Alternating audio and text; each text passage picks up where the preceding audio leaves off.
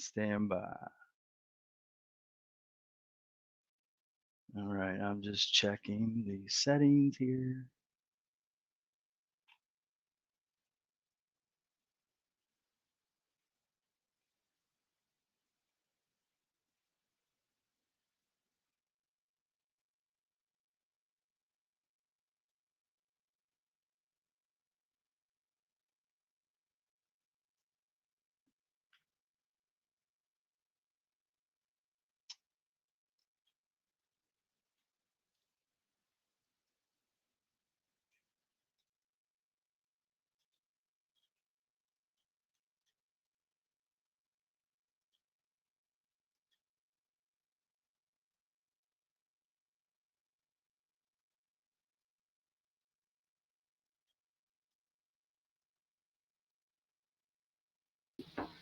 Are we supposed to be on Facebook already, Scott? Excuse me. Stand by. Okay. Yeah, we're live on YouTube, and Facebook is going wonky. Hang on. Yeah, we got to be on Facebook.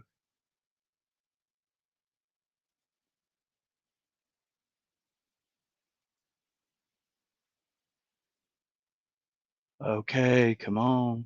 Stand by, folks. I'm having an issue with Facebook. It says we're connected, but I don't see it. Stand by. It's on there. Very good. All right. Mute your line, or just go ahead and watch yourself. All right. Well, that's a relief. Scott, they can hear you on Facebook. I know. But there's no one watching yet.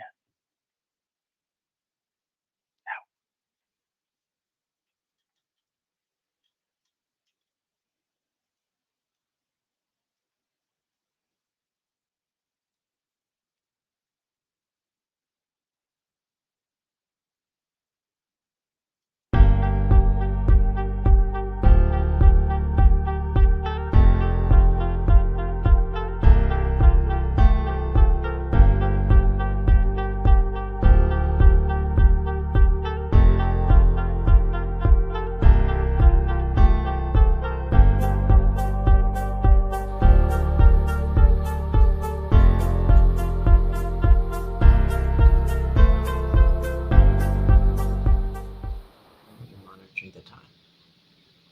So if it's fun, you have to push it up. Good afternoon. My name is Shelby Disney, and I'm the Outreach and Engagement Intern for the AARP Kentucky State Office. Today, I'll be your moderator for the program. With me is volunteer Sharon Brown, who will serve as our host. Welcome and thank you for joining us. AARP Kentucky's First Fridays are a new interactive series designed to dive into critical health topics. These 30-minute virtual events aim to share valuable resources from professionals who work in the field and provide opportunities for attendees to ask questions in real time, so you can leave with questions and answers in hand. We hope you will ask some questions today. For our premier event, we are joined by representatives from the American Heart Association who will discuss blood pressure management and ways to achieve the best overall health outcomes.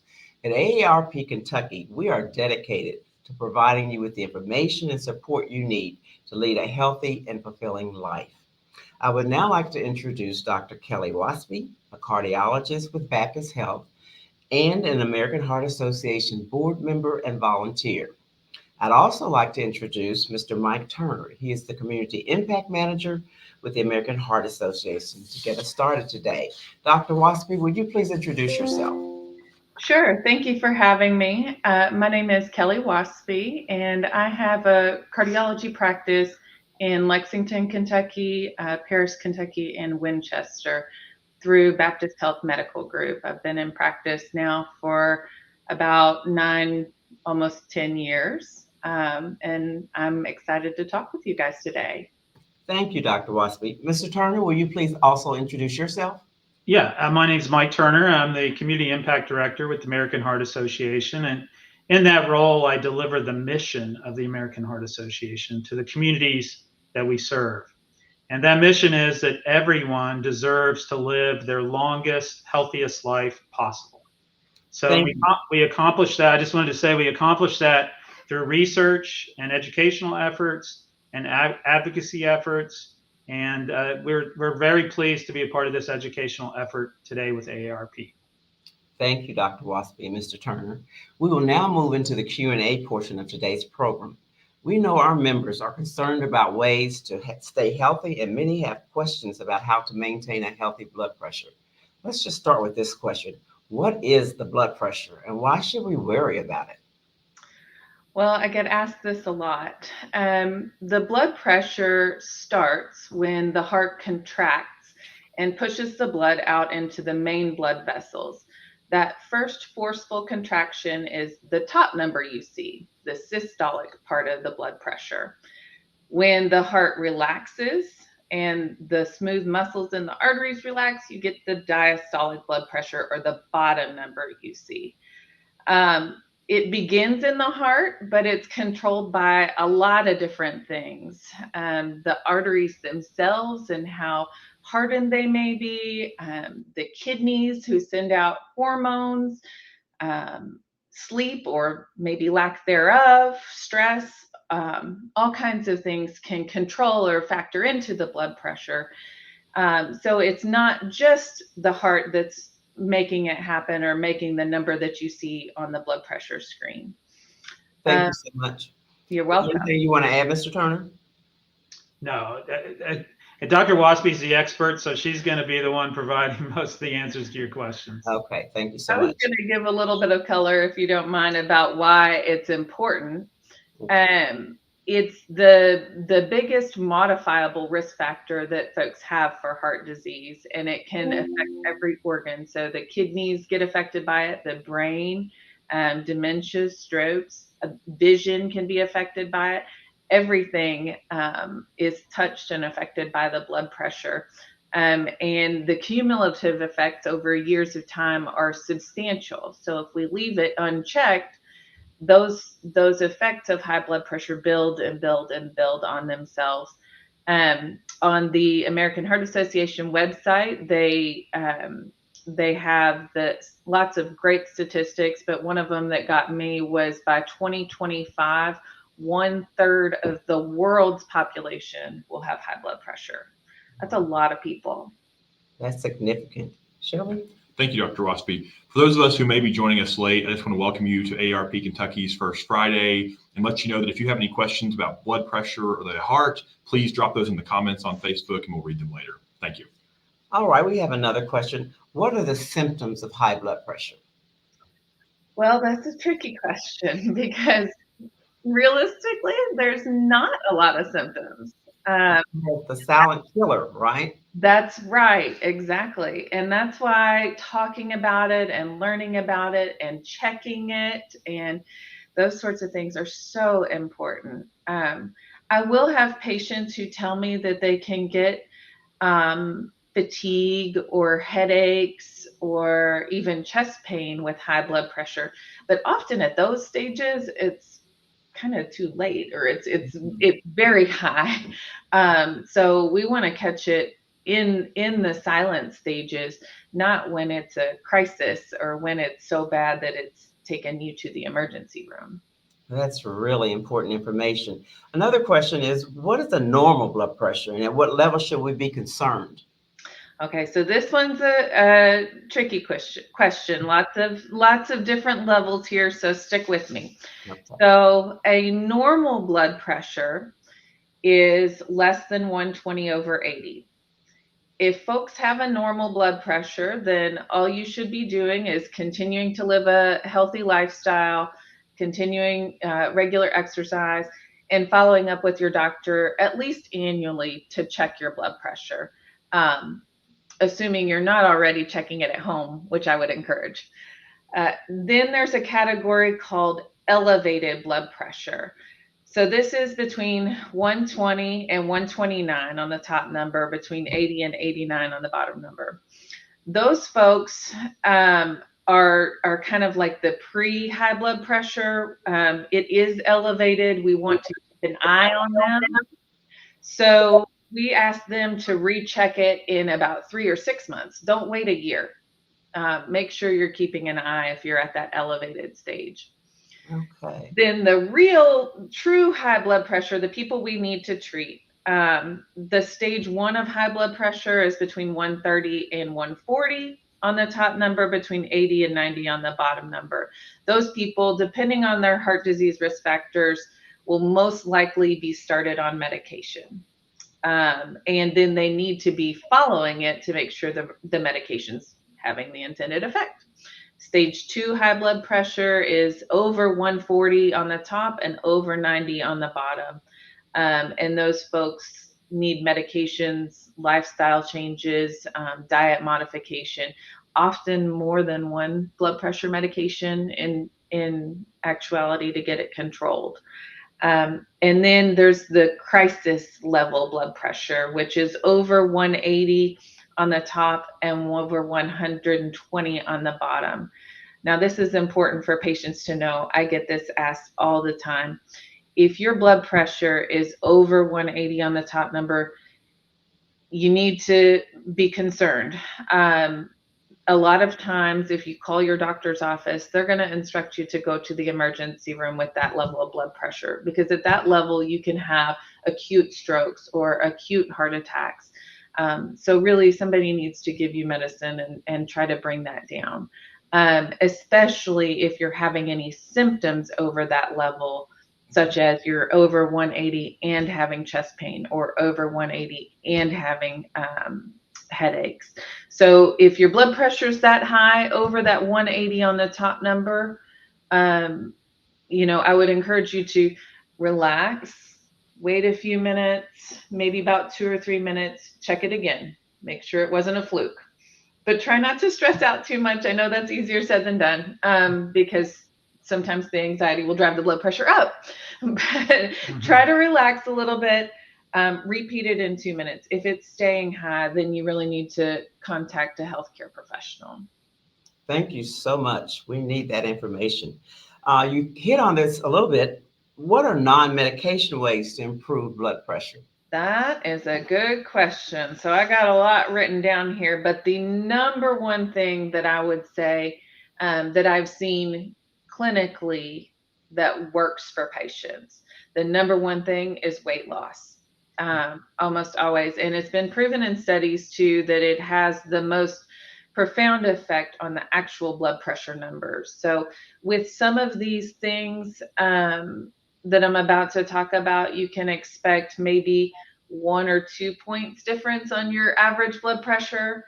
But with weight loss, you can really get more like 10, 15 points difference on your blood pressure. So I've seen plenty of people now who are taking weight loss medications or doing some sort of diet and are coming off of blood pressure medicines, or at least going down on those. So that's a huge one, weight loss. The other big in the sort of diet category is the DASH diet.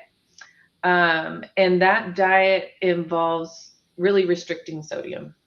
I think the American Heart Association says about 2.5 grams of sodium or less a day in that diet. Alcohol abstinence is another big one. I don't think people realize the effect that alcohol can have on your blood pressure. It can make it may make you relaxed while you're drinking, but usually there's a rebound effect. So the next day, or while you're not drinking, the blood pressure is going to go up, especially for those who regularly partake in alcohol. Sleep apnea is another huge topic, and it's getting more and more common. I think that we were talking about sleep apnea. I think the statistic I heard recently was 80% of people who have sleep apnea may not know it. Yeah. That's huge. Yeah. And I get folks all the time who don't necessarily know it. Their symptoms are vague. Mhm. Maybe they just had some sleepiness and some fatigue and didn't realize that that's the main symptom of sleep apnea. And sleep apnea leads to high blood pressure during the day because it's putting a stress on your heart at night. It's increasing your cortisol levels. Your body's having to work harder to breathe while you're asleep, and so your cortisol levels are higher. And then during the day, that drives your blood pressure up. So those are big ones. Some others are cutting out smoking. Yoga and meditation have been shown in studies to lower blood pressure.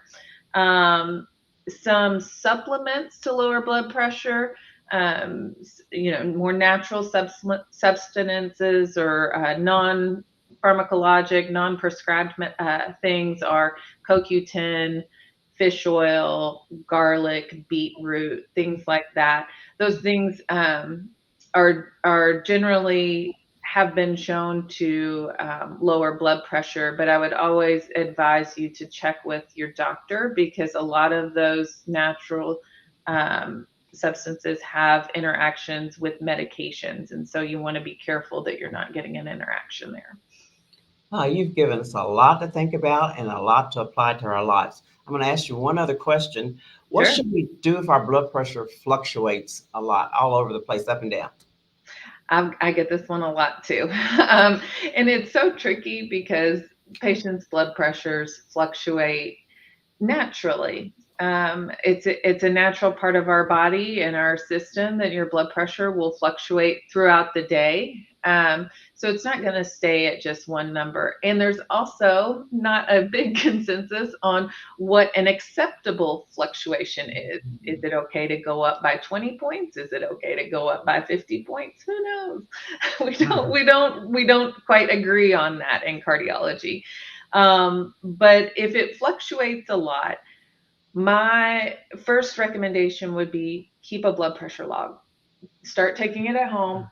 Keep a log, keep a diary with the log. So I've got some wonderful patients who are super well organized, and they'll just write down their blood pressure and then a little note beside it. So, blood pressure was 120/80, felt great.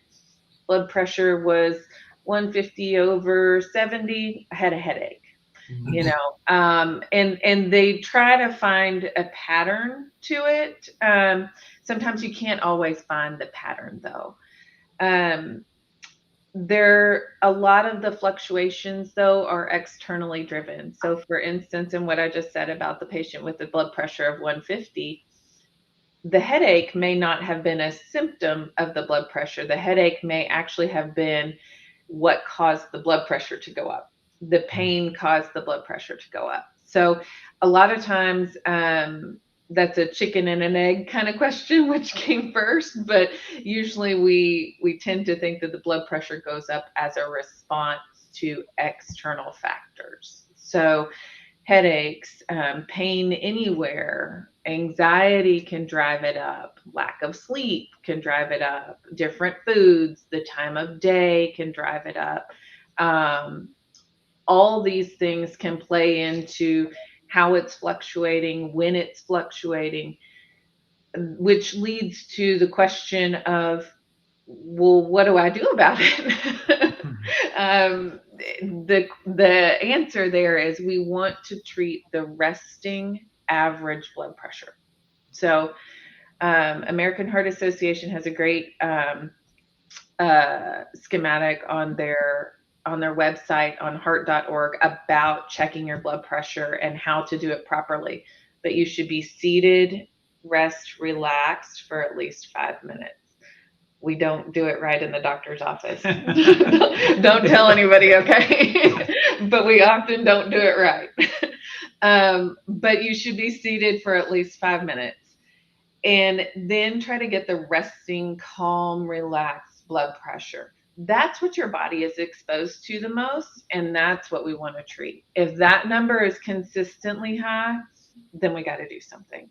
But if you can consistently get a nice resting blood pressure at home of 110/70, 120/80, we're good. We don't need to treat it. Even if it's high in the doctor's office, you might just have a little white coat hypertension. We don't have to treat it if it's consistently normal at home. Great, such valuable information. Shelby, do we have any Facebook questions? Yes, we have several. Following up on kind of what you talked about at the end of that last question, Anne asked if it matters what arm you take your blood pressure on when you're using a blood pressure monitor. The best way to take it is on the left arm. And that just has to do with anatomy, the way the arteries come out from the heart. But it is acceptable to take it on either arm. Just know there may be a slight bit of difference. This is one area where we agree there shouldn't be too much difference. You should only expect about a 10-point difference between each arm, maybe up to 20, but not much difference between each arm. But left side is the best side. Okay, thank you. Gloria asked about blood pressure monitors. How do you buy them for wide arms, and can you buy a regular monitor but a larger cuff as an addition? Yes, I have had lots of patients buy larger or extra large cuffs. And Gloria, that's a great question, because if you're taking your blood pressure with something that's too small, you may get elevated numbers that aren't real for you. So if your cuff is too tight and too small for your arm, you may not get accurate results. So you want to make sure that you find one specifically for your size, if that means an extra large or if that means a smaller one. Finding them, I've had patients go all kinds of different places, from Walmart to drug convenience stores like Walgreens, CVS. I've had patients go to the online to Amazon, to different places. I would say if you're looking for something really specific that you can't find in a store, it may be easier to find online. Another option is that medical supply stores may have them. For instance, the same sort of supply stores that would supply CPAP machines, or the same sort of stores that would supply canes and walkers, they sometimes carry blood pressure cuffs for sale. And then Mike has actually been involved, we have been involved in getting blood pressure monitors out into the community. Yeah, we've done some collaboration with our libraries in some of the service areas that we have to provide blood pressure cuffs for anyone that walks into one of those libraries that is part of that program. Yeah, do you mind, Mr. Turner, to just give a few more words about what you all are doing to get those out? Somebody asked a question here on Facebook and mentioned the blood pressure monitors that were available in the library, but they also mentioned that they might be able to get them through Medicaid and other stuff like that. So do you have any resources available for that? Yeah, there has been recent legislation that has made blood pressure cuffs available through Medicaid. There's still a process that we're working out to get the right codes for reimbursement on that. But yes, we're making progress on that. And blood pressure, as we learned from Dr. Waspy, it's something that affects nearly half of all U.S. adults. So it's an important issue. And as she mentioned as well, that it's a silent killer. So it is important for folks to know about what their blood pressure numbers are, how to monitor it, and that's how they can take care of their and get better health outcomes. Okay, thank you. Someone, Anita on Facebook, asked if you could explain the difference between the top and bottom numbers in blood pressure. Sure. So mentioned that at the beginning. I'll talk about it again. So the top number is the heart's contraction, the most forceful part of the contraction. And then the bottom number is when the heart relaxes. So sometimes it's easier to think about the arteries and things as a hose, as a tube system. So if you turn on the water hose and you've got it going full force, then that's going to be the top number of the blood pressure, the full output. Then you turn it off real quickly, but there's still some water trickling out. That's more like the diastolic, or the bottom number of the blood pressure. I do tell patients, and it's true in medical literature, that we focus a little bit more on the top number. That's because it's easier to treat. It's hard to treat it when the top number is normal, but the bottom number is high. That's a situation that actually I have. The top number is also what the organ sees and what can do the most damage. So we tend to focus a lot more on the top number than just the bottom number. Okay, thank you. Anne has asked a question about medications for blood pressure. She asked, once you've been on medication for blood pressure, can you come off of them? And like, what would the process be for that? Yeah, great question. So there is hope to come off of them, but it's going to take some work on your part. So I'm not going to lie. Most people that get on blood pressure medication don't often come off, because it does take a lifestyle change and difference that really has to be prolonged and sustained in order to get off of them. So I mentioned earlier, with a substantial weight loss, most people can come off of blood pressure medications. With different factors like abstaining from alcohol, different people can come off of blood pressure medications. I have had people whose blood pressure has been better controlled or less fluctuating when they got on a CPAP machine for their sleep apnea. So there's a lot of different factors that go into getting off of the medication. So yes, there's hope to get off of them, but it's going to require some work. Okay, thank you. Anne also asked, if you were sick, say with the flu, will your blood pressure rise? It can. It can do a lot of different things. It depends on the scenario. If you're very sick, sometimes your blood pressure gets low in those septic situations, but it also can rise. So it really just depends on the scenario. It can do a lot of different things depending on what's going on in the body. You also may be taking, for instance, decongestants or things over the counter that might make the blood pressure go up. So you got to be careful when you're picking over the counter medicines. If you have high blood pressure, I always tell people to get that. There's a heart symbol on the box, or I think one of them advertises as HVP. Those are generally safe for blood pressure, but some of the things like Sudafed or that have more stimulants in them, they can raise blood pressure. So I would say the quick answer is yes, it can, but it doesn't always. Thank you. Anita asked, what are the symptoms of low blood pressure? Usually the symptoms are feeling dizzy. Most people get lightheaded, dizzy. A lot of times, even when they go from a sitting to standing position, or stand up and take a few steps and then they feel a little woozy, that's usually a sign that your blood pressure is getting low. And that's a lot of times when I start thinking, oh, maybe we can peel this person's medication back. If the blood pressure is staying normal on your blood pressure medication, then I'm probably going to keep the blood pressure medication on because it's working. But if the person tells me, well, I'm getting really dizzy and I think it's these meds, or even to the point where they might have fallen or something, then we try to get them off the meds. And I would say too low in terms of numbers, if you want to know that. When patients are getting below 100 on the top number, that's generally too low. I can let it ride in the high 90s if the patient isn't feeling bad, but you got to watch it there. I'm probably going to be looking for a medication to adjust at that point. Okay, thank you.